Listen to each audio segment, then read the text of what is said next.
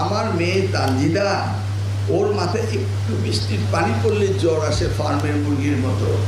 সেই জন্য আরও বেশি চিন্তা করতেছি তোমাদের কি জ্বর আসে কি না। সেই জন্য আমি খুব উদ্বিগ্ন। সে আমাকে জিজ্ঞেস করলো, স্যার বৃষ্টির মধ্যে পরীক্ষা দিলেন আপনাদের? আমি বললাম, হ্যাঁ আমি জানি বৃষ্টি হয়েছে, আমি তোমাদের নিয়ে খুব চিন্তিত। সেই সাথে বললাম, আমার মেয়ে তানজিদা, ওর মাথায় একটু বৃষ্টির পানি পড়লে জ্বর আসে ফার্মের মুরগির মতো। সেই জন্য আরও বেশি চিন্তা করতেছি তোমাদের কি জ্বর আসে কি না।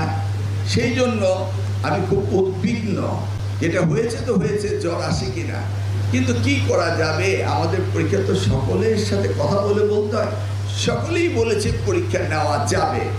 লক্ষ্মী মা পরীক্ষাটা দিয়ে দাও, মাকে বলো এক কাপ কফি বানিয়ে দিতে, পড়ার টেবিলে বসে যাও। ইউসি শিক্ষার্থীরা তারা এই ধরনের একটা ন্যারেটিভ, এই ন্যারেটিভটাকে তারা নেগেটিভে নিয়ে গেল। ইউসি জাতি যদি এইভাবে অর্থ কানা হয়ে যায়, তাহলে তো আমাদের ভবিষ্যৎ ভালো হবে না। কিভাবে না আমাকে নিয়ে ট্রোল শুরু হলো, এবং যারা ট্রোল করতে শুরু করলো তাদের কেউ পরীক্ষার্থী না। আমি তো ঢাকা শহরে আইডিয়াল কলেজ বা ল্যাবরেটরি স্কুল বা ভিকারুন্নেসা, আমি তো কাউকে দেখিনি আন্দোলন করতে।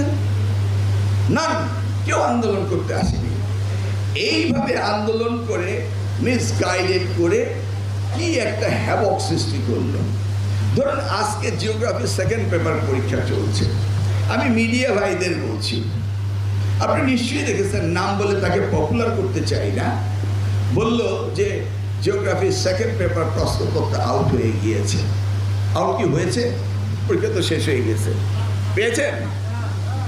এই যে মিডিয়া মিস ইন্টারপ্রিটেশন করে এখন মনে হচ্ছে যেন নকল হচ্ছে, প্রশ্নপত্র বেরোচ্ছে, এগুলো না হলেও বানিয়ে বানিয়ে বলতে হবে।